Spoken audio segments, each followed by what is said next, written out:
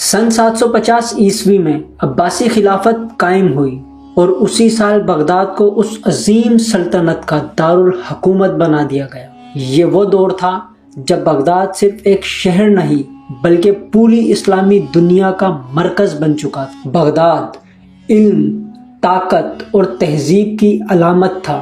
یہاں دنیا کی مشہور لائبریری بیت الحکمہ قائم ہوئی، جہاں سائنس، طب، ریاضی، فلکیات اور فلسفہ پر تحقیق کی جاتی تھی۔ دنیا بھر سے علماء، فلسفی اور طلباء بغداد آیا کرتے تھے۔ کئی صدیوں تک بغداد دنیا کے سب سے ترقی یافتہ شہروں میں شمار ہوتا رہا، لیکن وقت کے ساتھ ساتھ عباسی خلافت کمزور ہوتی چلی گئی۔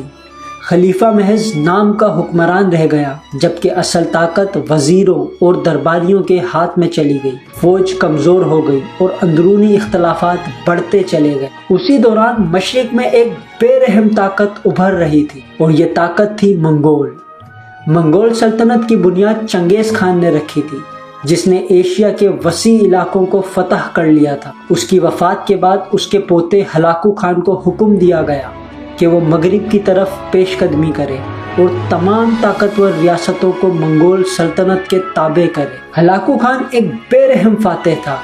جو شہر اس کے سامنے جھک جاتا وہ بچ جاتا، اور جو مزاحمت کرتا وہ مکمل طور پر تباہ کر دیا جاتا۔ جب منگول فوج بغداد کی طرف بڑھی، اس وقت بغداد کا خلیفہ مستعصم باللہ تھا۔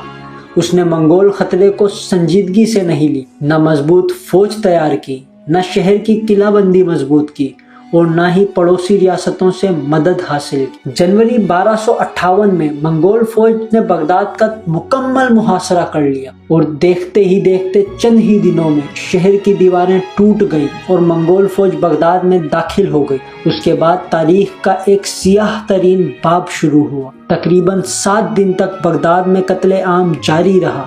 لاکھوں لوگ مارے گئے، جن میں علماء، عام شہری، عورتیں اور بچے بھی شامل تھے۔ کسی کو بھی نہیں بخشا گیا۔ بیت الحکمہ کی بیش قیمت کتابیں دریائے دجلہ میں پھینک دی گئی۔